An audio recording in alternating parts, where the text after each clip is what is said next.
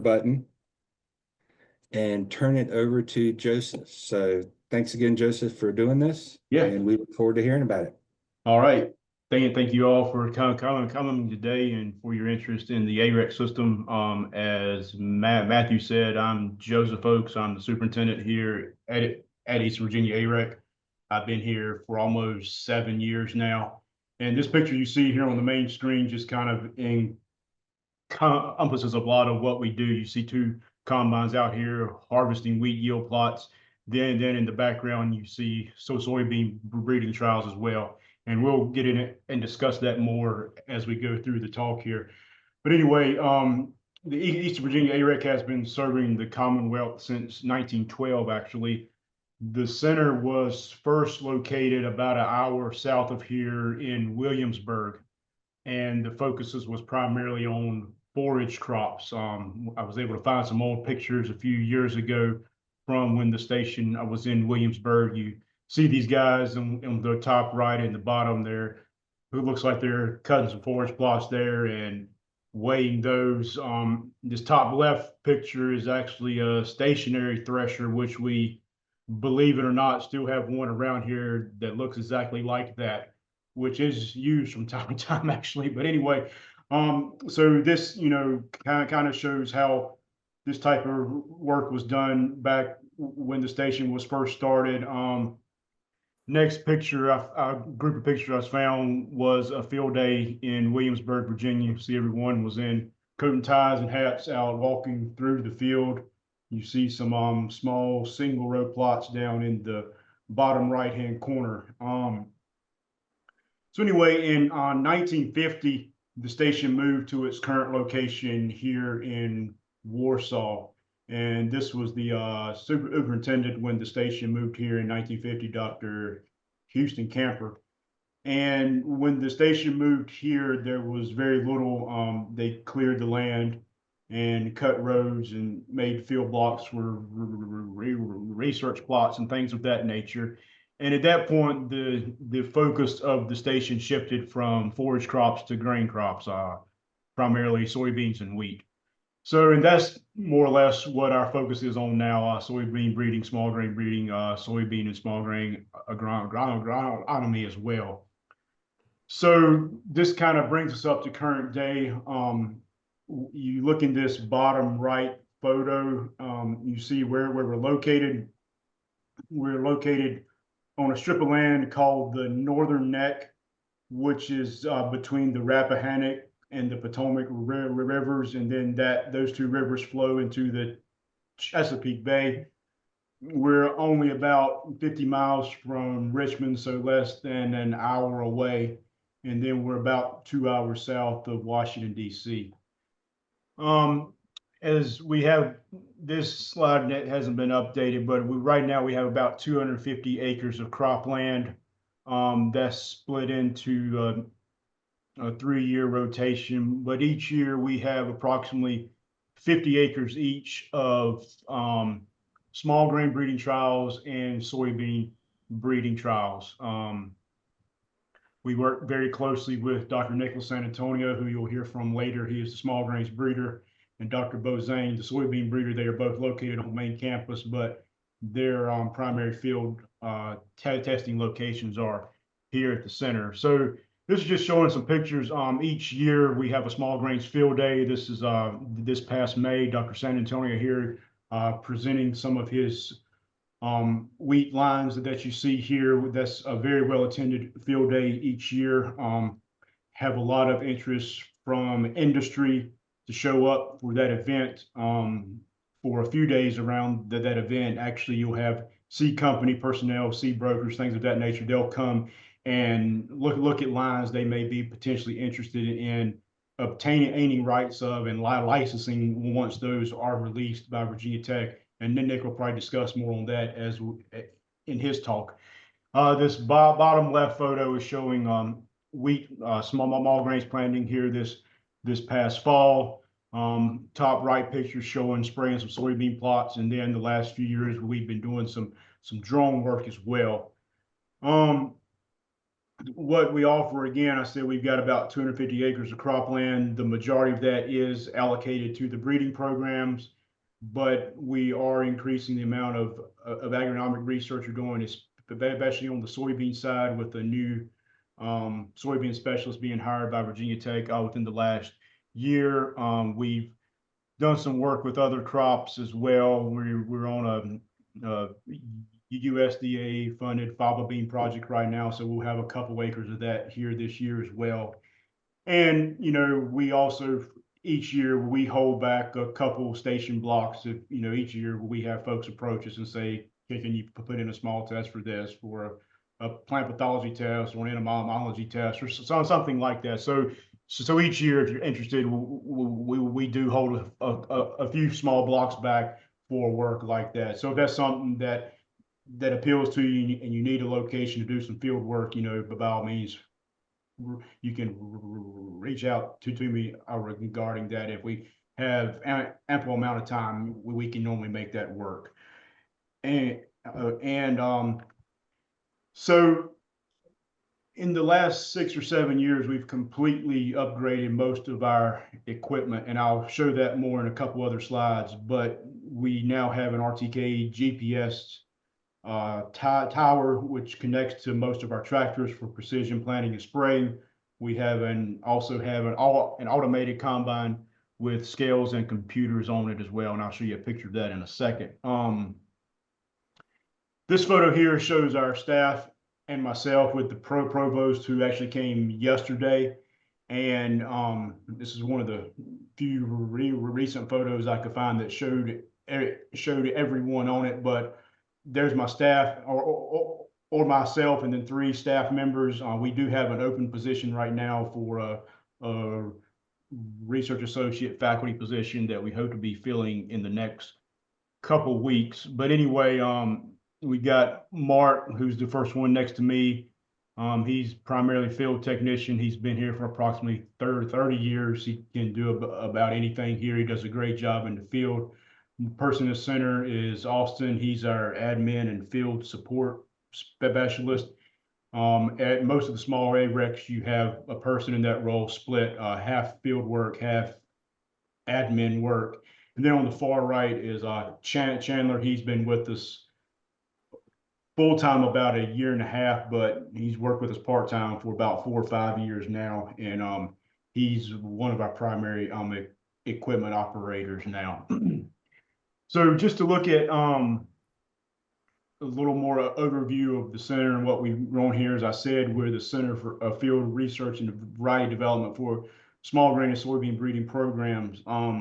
If you look at these 2 maps for wheat and soybean production, and these are a few years old, but this just shows a large amount of the wheat and soybeans in Virginia are grown in the Northern Neck and Middle Peninsula area.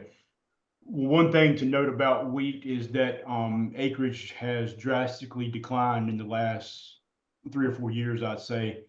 And that's indicative of 2 things. One would be the price of wheat is about half of what it was a couple of years ago. So it's not profitable for farmers to grow wheat right now. But the main driving factor with that would be the cover crop program in Virginia. Since we're located close to the Chesapeake Bay, there's a very heavy emphasis on planting cover crops in the fall, which is not a bad thing. It prevents erosion, things of that nature from soil getting into the bay. But what that does, it basically pays farmers to grow a cover crop in the fall, and then that could be killed in the spring. All they have to do is pay for the seed and then pay for someone to come apply Roundup to it in the spring and kill it. Then they can plant their soybeans or corn right behind that. So they're not having to incur all of those costs of wheat production throughout the year and then wait until after wheat harvest in June to plant soybeans. They're able to kill that cover crop in the spring and then go ahead and plant soybeans or corn right away. And that's kind of shifted. Before soybeans were planted late May, June timeframe. Now that's shifted into very early May. we even have folks that are interested in growing soybeans, planting soybeans in late March or April. And with that in mind, we kind of shifted some of our agronomic research to look at that and see how profitable it can be, or how our yields are when we move our planting dates a little bit earlier. And then, and we'll touch on that here in a second. And then, Nick will probably focus on this, but the small grain breeding program has been very successful over the last 35 years or so, and it's been the top royalty generator of any other entity at Virginia Tech. So our main mission here is to serve Virginia's grain and soybean industries through research and educational programs that lead to improved varieties and crop production practices. This is just kind of a hodgepodge of photos just showing you around our facility. You see our main seed lab. This photo where the truck is parked. This is one of our main buildings here. This is a seed lab where all of our soybean and small grain samples are brought in there to be processed after harvest. Again, you see this bottom right picture kind of showing the wheat harvest here at the center. And then I'm just going to show a few pictures here to kind of give you more of an idea. So this first picture on the left is showing the inside of our Zern plot combine during harvest. And it's a very good machine to do the type of work we're doing. It shows where you are in the field, how you preload your plot map on there. And then, so you're able to know where you are in the field as you go through and harvest individual plots. And it also, as you harvest each plot, it shows your yields, your moisture test weight, things of that nature. So we're no longer having to bag 8,000 plots, bring all those inside the lab and weigh those and process those. All of that data can now be collected on the combine at harvest, which greatly saves both personnel in the field and saves time post-harvest trying to obtain all of that data. All of the data is stored on the combine at harvest, and then you're able to come right in to the office and access the data. This center picture is our RTK GPS tower. We've had that for approximately, I'll say two or 3 years now. It connects to the GPS receiver on all of our tractors, which you see up top here. And basically what that does is provide a GPS correction. So these tractors would normally, if they were pulling from a satellite, would have a 3 or 4 inch accuracy. With the GPS correction, that brings that accuracy down to less than an inch. So you see this up close shot inside the tractor. The accuracy right there is 0 inches. So that means it's right on the line that it should be. And what that does, it enables us to plan our plots in a much more precise manner at a much faster rate. Previously, we would have to lay off these fields by hand using a 3, 4, 5 right triangle to square everything up, and then run off the alleys that you see here to know where to trip by. For instance, this field would probably take 5 or 6 people about 4 hours to lay off this field. Now with the auto steer tractor, that can be done by one person in about half the time. So it's a great time savings and is a lot more accurate as well. Most of our field data is now collected electronically on tablets, so we're not having to spend time entering that data in, transcribing that. It's automatically uploaded to a cloud, and then the project leaders, they can go ahead and access the data if they're not physically here. This photo just shows our footprint. We lease about 2/3 of the land that we have. Unfortunately, most of what we own is just right here where the center is, and we own this farm here, but everything else you see is leased. We've been very fortunate to lock in a couple long-term leases for most of our leased land, so that's helped out some. But this just shows our footprint, our main office, shop, C lab, all of that is right here. And then this is our main farm, and then most everything that we have is within a mile of here. We do lease a farm about 6 miles away, but that's just for one specific project. So this kind of encompasses the majority of the farm here. So I'll give a little background here in the few minutes I got left of the soybean and small grain programs. Nick will focus more on the small grain program, so I'm just going to basically go over some of the soybeans that we have here.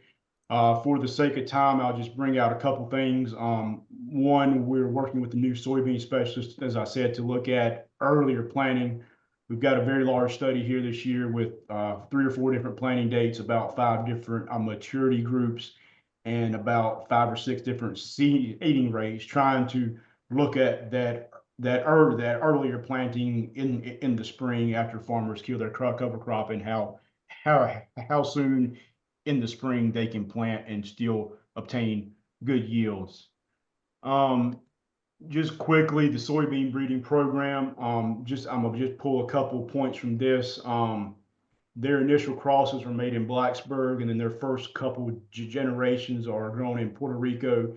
Then starting at F4 all the way up to their yield trials, all of that is grown here at the center. As I said, we have about 50 acres of soybean breeding trials for the soybean program.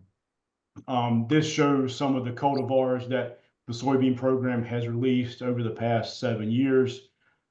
You see some both conventional and Roundup Ready varieties. Most of the conventional varieties are for food grade soybeans for tofu and natto production.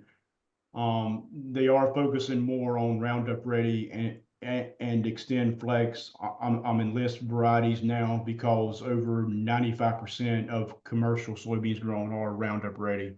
So that's where the focus of the industry is. But as I said, the food grade soybeans are non-GMO, and a lot of their lines are licensed to Montague Farms here in Virginia, and then they export those to Japan for natto and tofu production. These are a couple slides I got from Nick a while back, and I just got this to show the size of his program here, and he'll touch more on that. But we've got almost 8,000 yield plots, close to 900 increase strips, and then we have a hedgerow a fusarium head blight nursery as well, which is a very detrimental disease for wheat and barley producers. In this picture, you can see fusarium head blight there, and we have a mist irrigated nursery that you see here to try and simulate the growth of those of that disease, so we can then breed for resistance to fusarium head blight. I'm going to just jump through this very quickly. I've done some work over the last 4 or 5 years to look at aerial imagery to determine fertility rate and timing. This is just basically showing, very quickly how we've developed and this algorithm that you see here to help us determine what tiller density, or how we can determine tiller density from our NDVI flown with the drone. And so basically we took this equation here, it's under a provisional patent right now, but we're able to say, okay, if our NDVI is 0.45, then our recommended nitrogen at growth stage 25 would be about 60 pounds per acre. So that's just a quick overview of how we're hoping to use this in the future. For sake of time and to give Nick an adequate amount of time, I'm not going to focus too much more on this. But this final slide here I put together a couple years ago, but this just kind of shows who we work with, our partnerships. Obviously, we work very closely with the soybean and small grain breeding programs. We have very good relationships with the commodity boards, Soybean Association, Soybean Board, Small Grains Board, Grain Producers Association, Virginia Crop Improvement. The breeding programs work very closely with them. We also, through the small grain breeding program, we have a heavy emphasis on private company testing, private company variety trials. We have quite a bit of that here each year. And a couple other interesting things. We're working with Stratford Hall. They have an interest in some very old wheat lines that we've grown out and increased for them. If you're not aware, Stratford Hall is the birthplace of Robert E. Lee, about a half hour or so away from here, and they grow a lot of old colonial wheat lines, things like that here. So we've partnered within the last couple of years to grow out some older wheat lines. We've also done some interesting work with Virginia Biosolids Council in looking at using biosolids application as soybean fertilizer. So we've done that the last couple of years and obtained some interesting results from that. Before I wrap up, I'm going to show a quick 2-minute video that was filmed a couple years ago that kind of goes into some more details about everything here. And then after that, I will turn it over to Nick. Here at the Eastern Virginia AREC, we're dedicated to serving Virginia's grain and soybean industries through research and educational programs that improve variety development. We develop new lines of soybeans, wheat, and barley. And we also do research on crop production practices that enable growers to improve their bottom line. Our location here at the East Virginia AREC in Virginia's coastal plains makes it ideal for grain and soybean work. We're the home base for the small grain breeding program and the soybean breeding program. Small grains consist of wheat and barley, and of course soybeans as well. The variety development and breeding research that we do here at the center leads us to develop new breeding lines and varieties with improved disease resistance, pest resistance, stress tolerance, and also generates higher yields. We're also affiliated with the new Center for Advanced Innovation in Agriculture at Virginia Tech. And primarily through that new center, we have two goals. We're trying to use new technologies, one, to improve our data collection in the field, and two, to help us make decisions throughout the growing season so we can make recommendations to growers on how they might be able to use this new technology.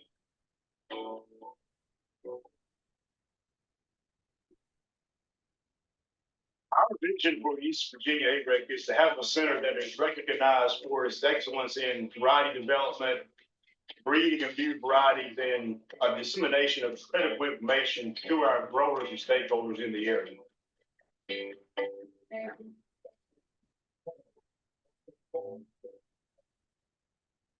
All right, so again, I thank you for your time, and I'll now stop sharing and let Nick take over and discuss his program. Thanks, Joseph. That was a nice overview there.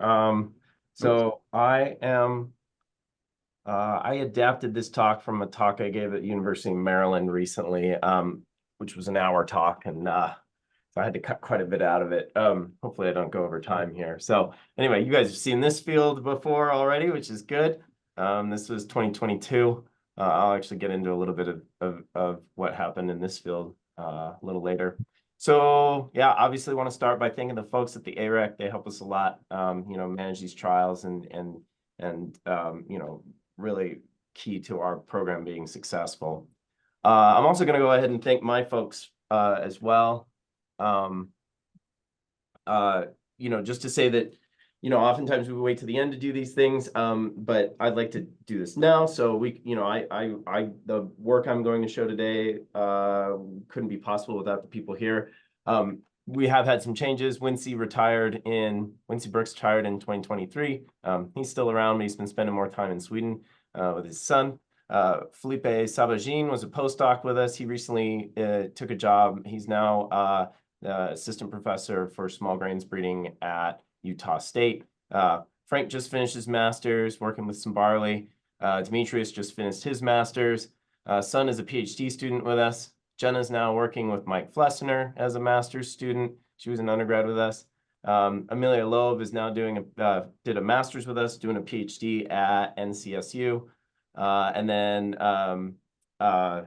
Lexi Perry is still with us. And who did I miss? I think that's mostly it. So moving forward, I'm just going to talk a little bit intro to the breeding program, talk a little bit of some lessons learned from implementing genomic prediction into a breeding program. Same is true from high throughput phenotyping, and then just kind of give my perspective on the usefulness of these new technologies. So what do we do? This is the AREC. Actually the station is just over here to the left. These are increases of soft wheat, hard wheat, and barley. So these are just we use for seed source. You can see there's some experimental plots of barley back here, and then there was an FFAR funded project back here in the end, and you can see that we've been cutting these out by hand. I'm not going to go into that work too much, and I'll touch on it at the end. So as Joseph mentioned, we have declining wheat acreage here in Virginia. That's why our program really, specializes in development of varieties for Virginia, but the vast majority of our acreage is outside of Virginia, including places like Missouri, Arkansas, in particular, North Carolina, some in South Carolina, Georgia.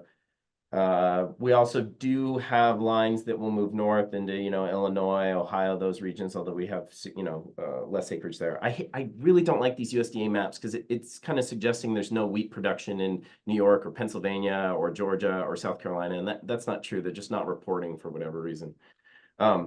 Anyway, so yeah, we've got these different, we have to like target wheat varieties for these different regions. So with different combinations of disease and pest resistance, because we don't necessarily get them here, and so we work with collaborators throughout the eastern U.S. for trials and so on and so forth, so that we can varieties to these other locations. Fusarium head blight is our big disease. Joseph touched on it. You've seen this slide. This is by far the biggest economic problem. So we have a big nursery in Warsaw that we, work to screen these lines for resistance. Unfortunately, there's no like single resistance gene for Fusarium head blight. So we've been working on quantitative resistance for a long time, and we're starting to release varieties that have pretty good resistance to this disease. Other diseases we're concerned about, things like powdery mildew. That's in Warsaw. This was some wild leaf rust that we saw in Painter in 2023. And here's some stripe rust from Warsaw in 2024.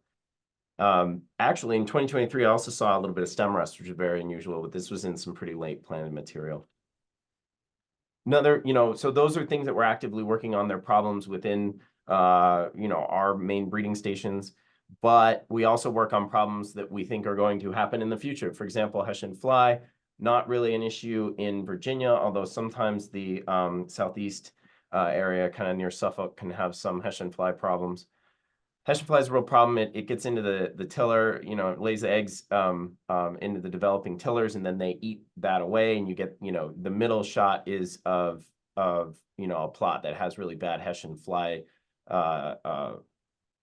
infection. And so we work on resistance to this. For example, one of the lines I released this year has very excellent Hessian fly resistance. So yeah, these are all varieties that have been released since 2020 by our program. I started in late 2020, so Avalon and Greg actually came out before my arrival, but the rest of them have been released since my arrival here. Avalon has taken off. It's our first 2-row malt barley, has done a very good job. Has had really wide adoption in the Eastern U.S., really the first winter 2-row malt that's been developed specifically for the Eastern U.S. And so there's a lot of interest, craft beer industry has really boomed. So there's a lot of interest in having local grain to feed that industry.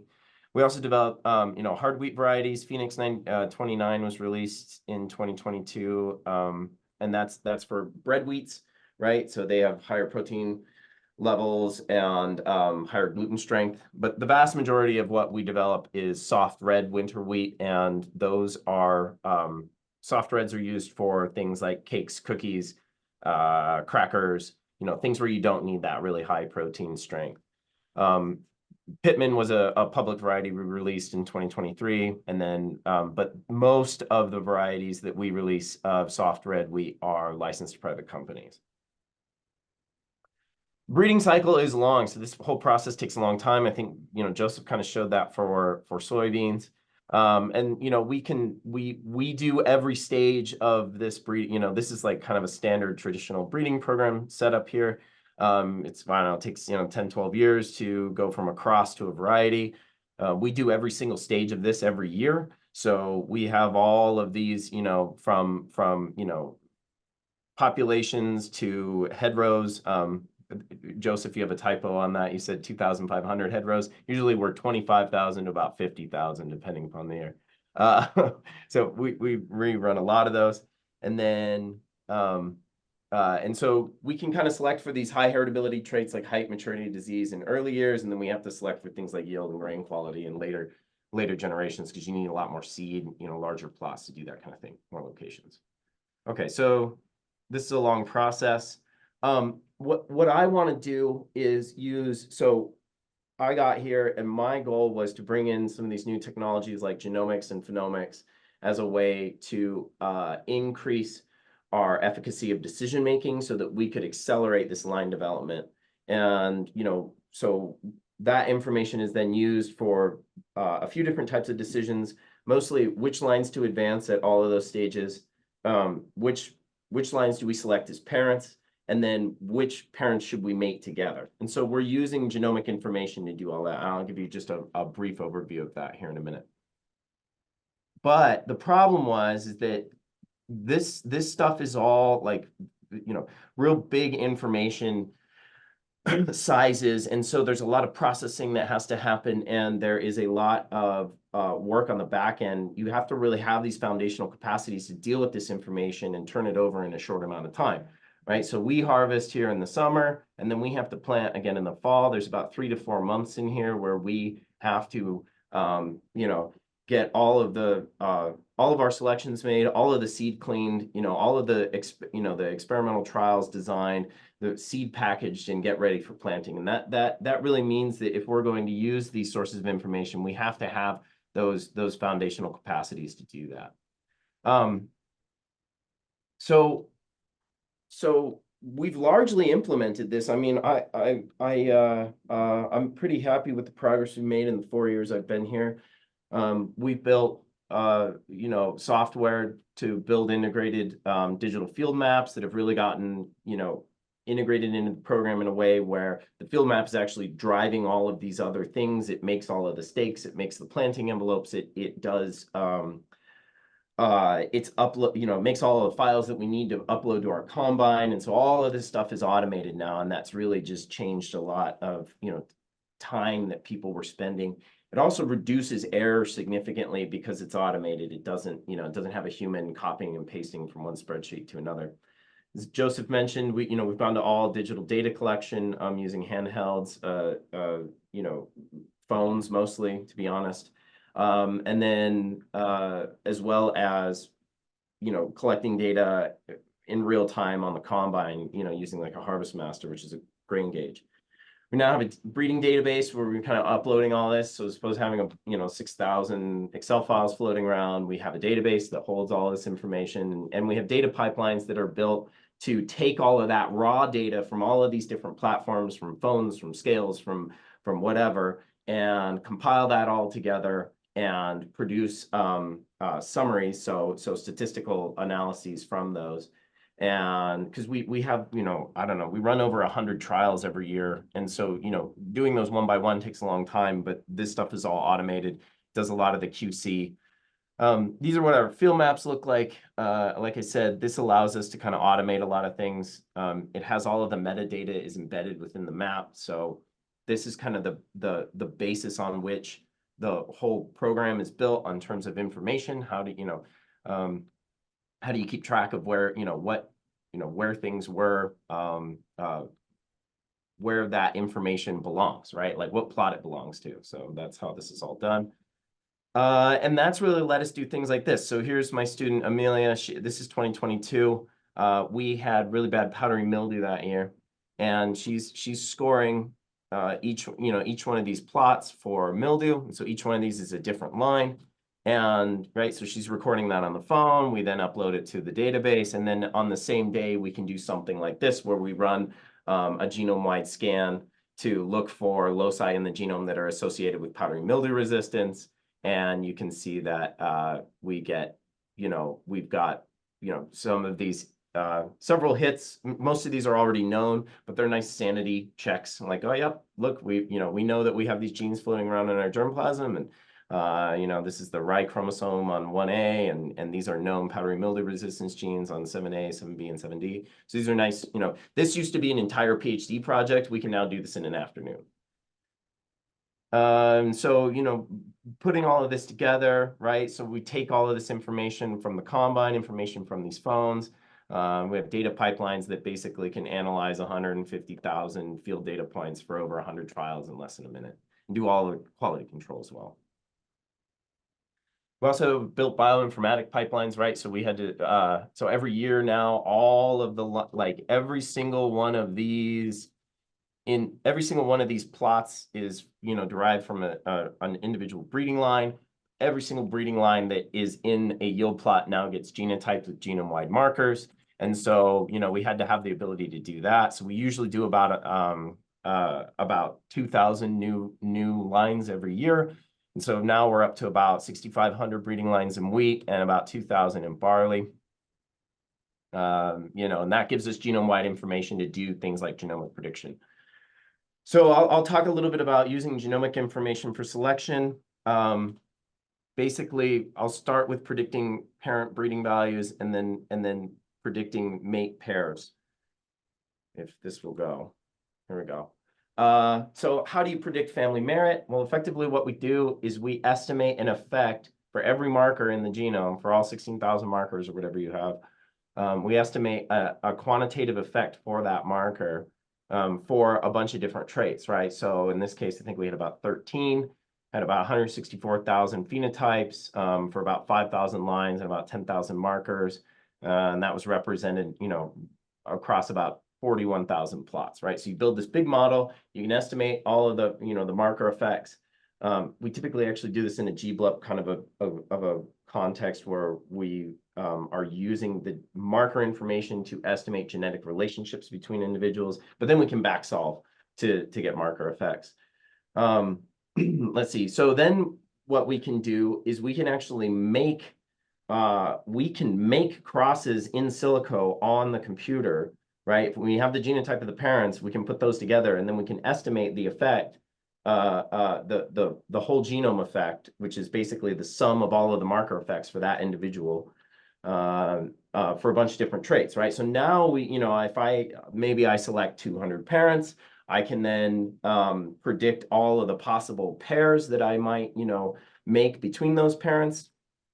So this is kind of like a spreadsheet version of that. This isn't actually how it's done. It's not done on a spreadsheet. This is just a visualization.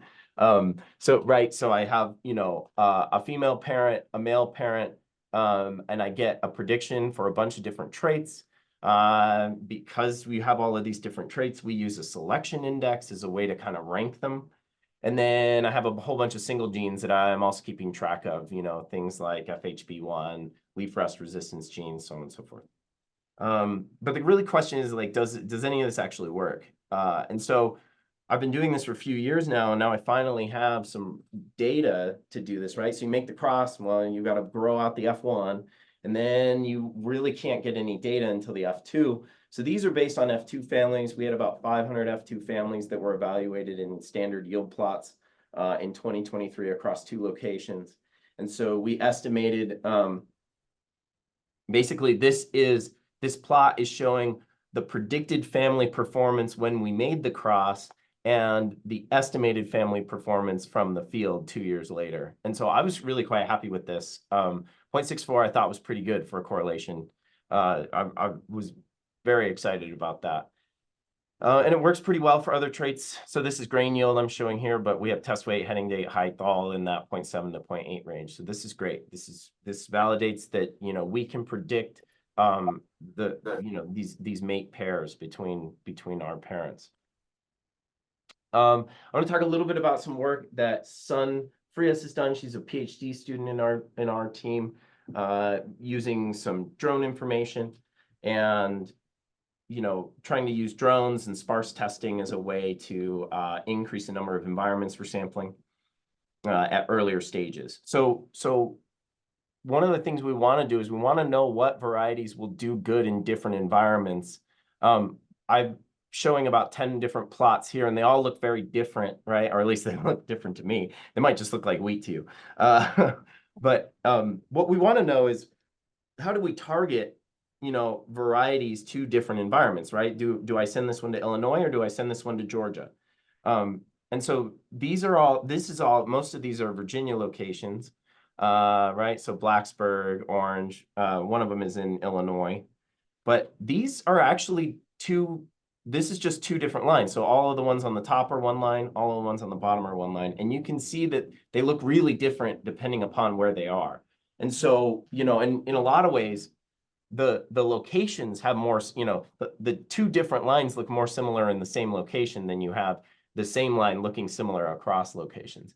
So this is a problem, and we want to know, how do we target these things at early stages, right? As opposed to sending, 20 lines off to many different environments to see where they do good. I want to send 1,000, right? But that you couldn't, that would be, wouldn't be able to do that typically, right? So we've been working on these trial exchange networks. They're done with, so we have a couple of Virginia locations here, and we have a South Carolina location, work with Rick Boyles in South Carolina, Noah DeWitt in Louisiana, and Jessica Rakowski in Illinois, where we send them trials and they send us trials that are relatively large. So I do about 700 plots with Illinois and about 400 with South Carolina and Louisiana. And so what we do is we can then kind of cleverly split up families and send some individuals to some environments, and then use that genotypic information to predict, right? So you don't measure everyone in every environment. That's, we don't have the resources to do that. But if we kind of cleverly split these individuals across these environments, we can then predict their performance, across. And so this is also 2022. We did this where we had these, we wanted to know if we could, have any given line only in a single environment. And so we did this work where we had some overlap, right? So most of the lines were planted in at least two locations, one in Blacksburg and one in, it's in Blacksburg and it's in Illinois, or it's in Blacksburg and it's in Warsaw, or it's in Warsaw and it's in Illinois. This was the first year we did this. And what that allowed us to do is we could hide one of those, right? So we could say, okay, for these 320 that are in both Blacksburg and Illinois, let's hide the individuals that are in Illinois, right? Their phenotypes, and we'll predict them. And then we'll see how well that does, right? And vice versa, you could hide the phenotypes from Blacksburg and predict those. And then you kind of have a ground truth, right? So the prediction accuracy of predicting across these environments is actually really good. And that's because all of the families are basically represented in all of the environments. So we may not observe a given line in a given environment, but we're observing its sisters there. So that does a really good job of letting us predict, performance of those lines. The real question is, how do they do then the following year? So if one problem we have is we don't observe the unselected lines, right? So this isn't real data, but these black ones might be unselected lines, right? And then we selected these red ones based on their performance in 2022 on the x-axis. And then we might, observe them the next year. And this is showing pretty high correlation between the performance in those 2 years. But you'll notice that when you make selections, that relationship is going to go down. So we expect that we may see lower accuracies from 1 year to the next, right? But they're a lot lower than we'd like to see them. I mean, they were around, 0.29, 0.39. In Warsaw, it was effectively nothing. There was no relationship between performance in 2022 and performance in 2023. And so, we wanted to know, wow, what's going on there, right? So we tried these other traits that we know are quite heritable, test weight, heading date, plant height, and these have fine predictability, right? So we could, using that 22, the data from 2022 predicting into the performance of 2023 does quite well, right? So, these are, 0.6 to almost 0.9.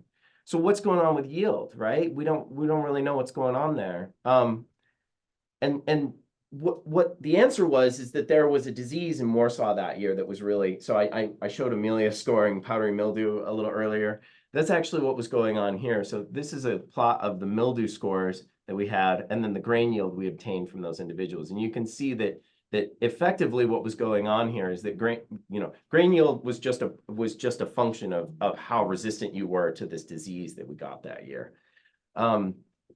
Now you would have this problem anyway, right? This is not this problem doesn't go away if you're just using phenotypes in the field. I mean, obviously we're still using those phenotypes, but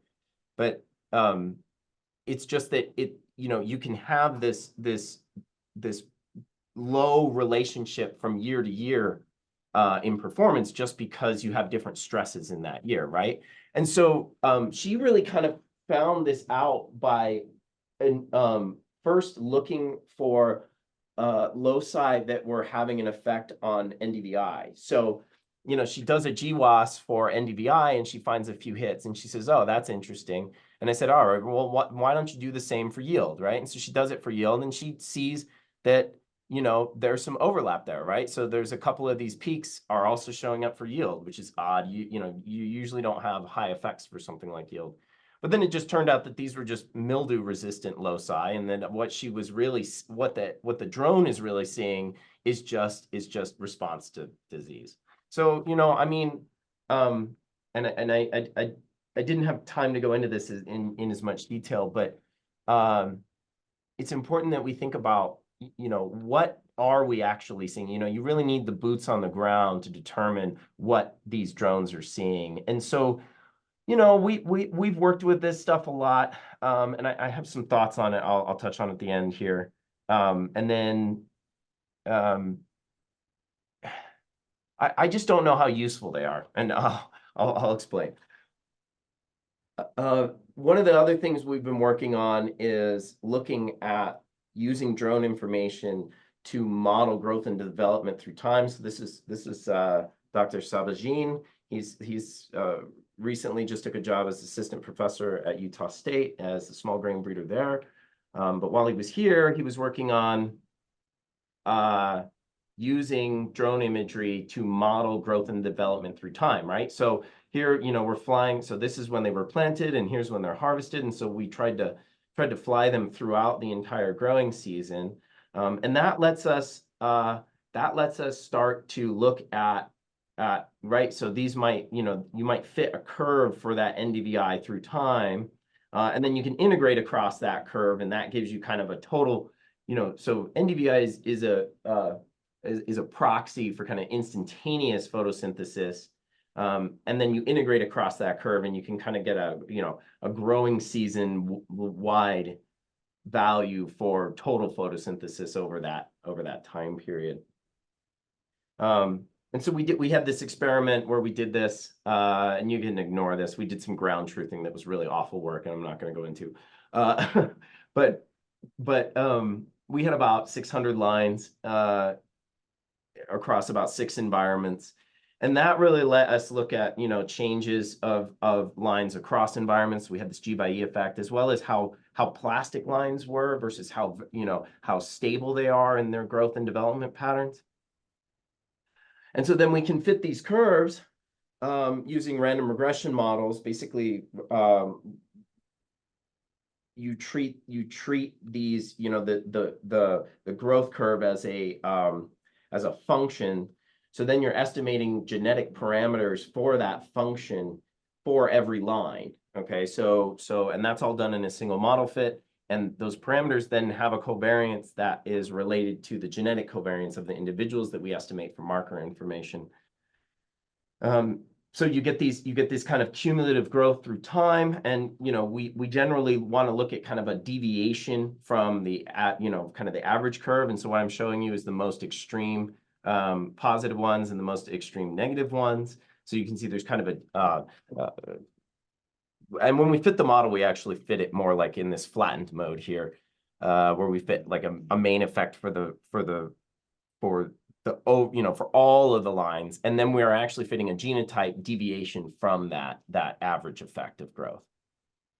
So we can do things like estimate these growth curves across time, but how do you use them, right? So one of the things that Sabajin, that Felipe was working on was starting to think about environments as a reaction norm. So this is an old idea. There's a couple of papers from the 1950s and the 1960s where basically you use the mean of, like, say, grain yield, right, as the regressor, and then you are fitting both an intercept and a slope for every line to that environmental mean, right? So a stable line, you might say, would have a low, a not steep slope, right? It has it is flat, would be stable, but so it doesn't respond to that environmental value as much. But you'll find that typically the ones that are the highest in the highest yielding environments also tend to be a little bit more sensitive. So right, so some these blue ones are kind of targets for selection of individuals that do well across many environments. The red ones are not. So this is kind of a two-dimensional way to do it. But what Felipe then thought about was looking about how this happens through time, right? So we have the environmental gradient on this axis here, and then the time gradient on this axis, and then we're looking at those deviations from that growth curve here. And so now you have this kind of growth plane over this environmental gradient, right? And we played around with this quite a bit. So this is just NDVI, and those are pretty clean. And he's showing the top three and the bottom three, because if you put 600 in here, you can't see anything. And then okay, so that's NDVI, right? Those are the ones on the top, and these are just different angles. But then you can also look at, okay, well, what's the top best grain yielder? Who has got the highest grain yield, who's got the lowest grain yield, and what are their surfaces across these environmental gradients through time? And it's a little bit more complicated. And you can see that there's kind of a little bit more overlap, more diversity in shape. So this is interesting, but we're still not quite sure how do we use this to create, to make selections. I mean, the most obvious thing is we find the one that has the plane that's at the very top, right? It's the best in all of the environments, but that just doesn't generally happen. So, we're still trying to figure out how you use this kind of information for breeding decisions. Okay, and then I'll just end this talk with a couple of thoughts. We talk about high throughput phenotyping, right? Using drones in the field. I just don't know that we're really there with this concept of high throughput. Flying the drone does not take much time, but all of the downstream processing does take a significant amount of time, right? So you get there and then, you fly this drone and you see, and you tell your student, hey, you got to go fit, these polygons. Well, they're not quite right. They have to be adjusted by the ground control points. And right. And so she works on this for a little while and she gets it and she says, okay, I got them all done, and say, okay, great. Now do a lot of them. Right. And then, so you got to do it for all of these trials in Warsaw. Right. And then she says, okay, I finally finished that. We got them all done. We're ready to go. And say, okay, cool. Now do Blacksburg. Right. And so this took her a pretty significant amount of time to do this kind of work, to finally, get plot level images. And then, okay, so then now I have an estimate of blue, red, green, near infrared, whatever. I can calculate various vegetative indices, yada, yada, yada. But when it's all said and done, I mean, the combine is giving me the best information I have because it's giving me yield, it's giving me test weight. And so, we would never, planting these trials, or doing all the organization, making the selections, planning them, putting everything in envelopes, then getting it in the ground, fertilizing it, putting down fungicides, By the end of this whole thing, we're not going to not run the combine. I mean, so in a lot of ways, we're just really not sure how useful a lot of this these drone imagery it really is for our breeding program. Now we're doing it partially because we've got funded projects, partially just because we wanted to ask those questions, right? Can it help us, with those decisions? And I didn't have time today, but I had a student that did look at some of that, and she did show that we do get increased accuracy of prediction over not observing them at all. But there really isn't we're just not at a space where we're ready to rely on high throughput phenotypes to make those decisions. So my take on this thing, genomic selection is useful, seems to work in some situations, but G by E has a pretty big effect. And you do have to take some care not to exhaust genetic variation as they have a tendency to want to mate individuals that are very related. Sparse testing seems to work okay, but seems to be quite influenced by G by E. Within season works very well, but across, performance across season doesn't. Now that would be a problem regardless of whether or not we were doing sparse testing. So, we have moved forward with this. In fact, we've really expanded our trial exchange network in recent years. And I don't know how high throughput phenotyping is. And I'm still not really clear on how we're going to use that for decision making in the breeding program. One day, if I could, so this is about, I don't know, 40,000 some odd individual rows. Every single one of these little rows here is a different, unique individual. And I'll come walk these and look at every single one, and I'll pick about 1,000 of them that I'm going to move forward into yield trials the following year. Well, if a drone or a satellite image could get pretty good information on each one of these individuals, and while I'm out there walking, can give me a prediction of this is what its disease resistance is going to be like, this is what, all of these things, that could be useful. But I don't think we're there yet, and I don't think we will be for at least anytime soon. So anyway, so each one of these little squares here is 4 lines. So you can, from the Google image, you can't even see that there are 4 lines in there. But anyway, so yeah. And with that, I'll just conclude. Our group is pretty large. We have a whole lot of projects going on. Vast majority of them I did not have a chance to really touch on. This is just kind of a list of some other projects that are going on right now and the people that are working on them, including some recent projects from graduate students. And with that, I'd be happy to take some questions.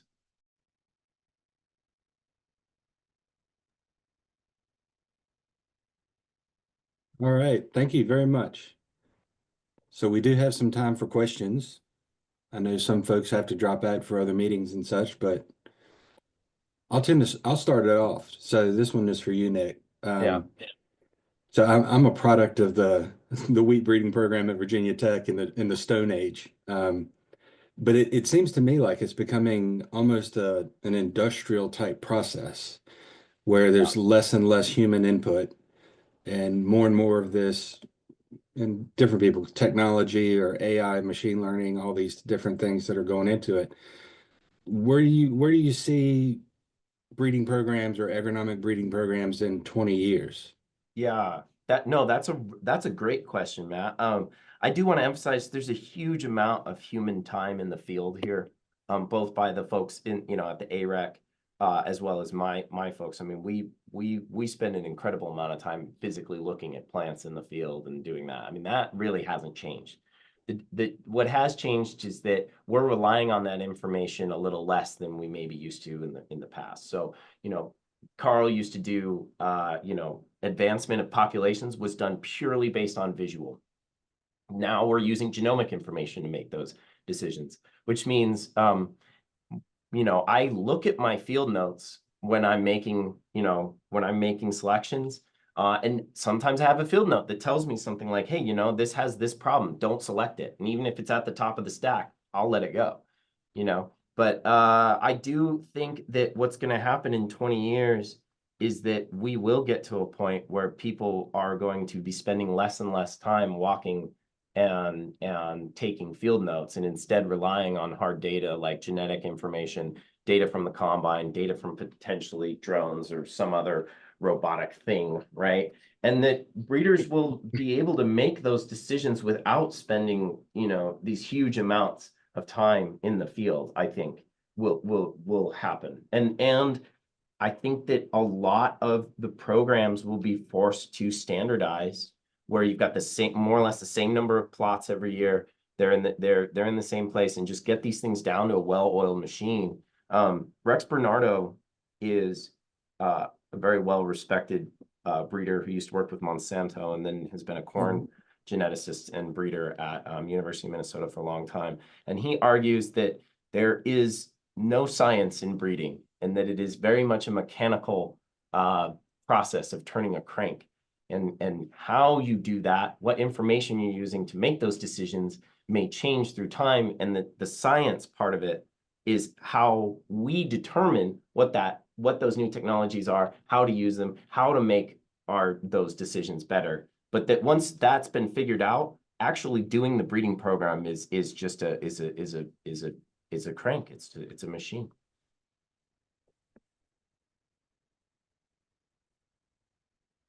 Well, thank you. Any other questions?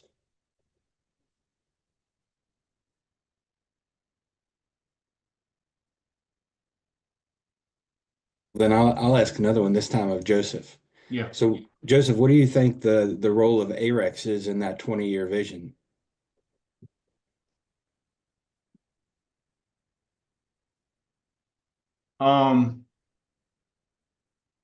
Well, yeah, like Nick said, there's still quite a bit of work being done in the field. There's always going to be that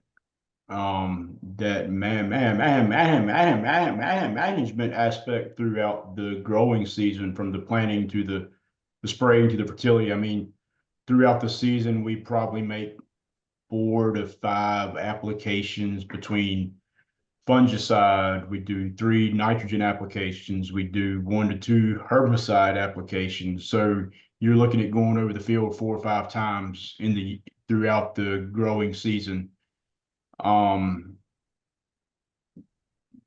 As Nick said, there may be some reduction in some of the physical data that's being collected, but there's still the importance of having that there. And, ultimately, from my perspective, the most important thing is that yield data at the end, and that's why our new combines that we've got in the last couple years, that's why that's greatly. Those 2 machines have done more than anything as far as reducing the amount of physical labor required to obtain all of that data. And I mean, because it would take 10 to 15 people 3 weeks to process all of those plots, and now all of that can be done right in the field with one person running that combine. And in 20 years, that combine will go out and do Drive this work itself. Exactly. Right? The tractor with the sprayer will go out and do that work itself. You won't have to, I mean, you might have to fill up the spray tank, right? But then it'll just come back in an hour or two and has to be refilled, and then you refill it and it goes back out and starts exactly where it stopped. I mean, right? we're already at the point where the tractor pretty much drives itself. I mean, you have to have an operator there to turn it on, turn it off, turn around at the end of the field, get in the right spot. But I mean, who's to say in 15 or 20 years it won't do that on its own? I'll add one thing though, Matt. One thing that is still very important is the physical appeal of lines is very, very much still important for marketing. If you have a line that yields very well, has all the resistance, all the tests, everything, but looks bad, you can't market that.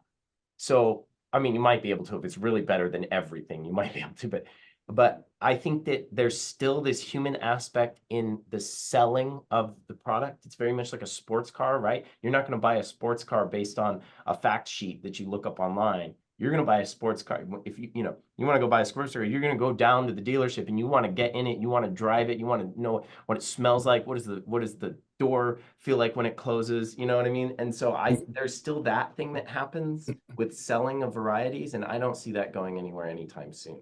But maybe it will. I don't know. If the price of wheat continues to go down, it will. That's true. All righty. Did we have any other questions? Not hearing any.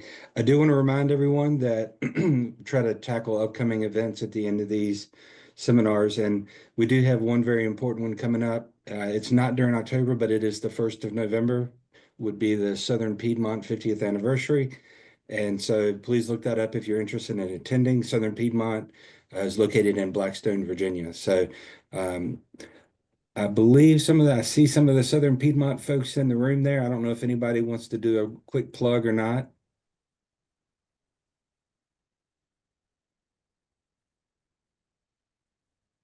No, I think you already did, Matthew. Thank you. All right, sounds good. Well, again, thank you everyone for attending today. This will be posted on the YouTube page for Tidewater AREC and shared on social media and from the college. So until next time, we'll see you. You. Thank you.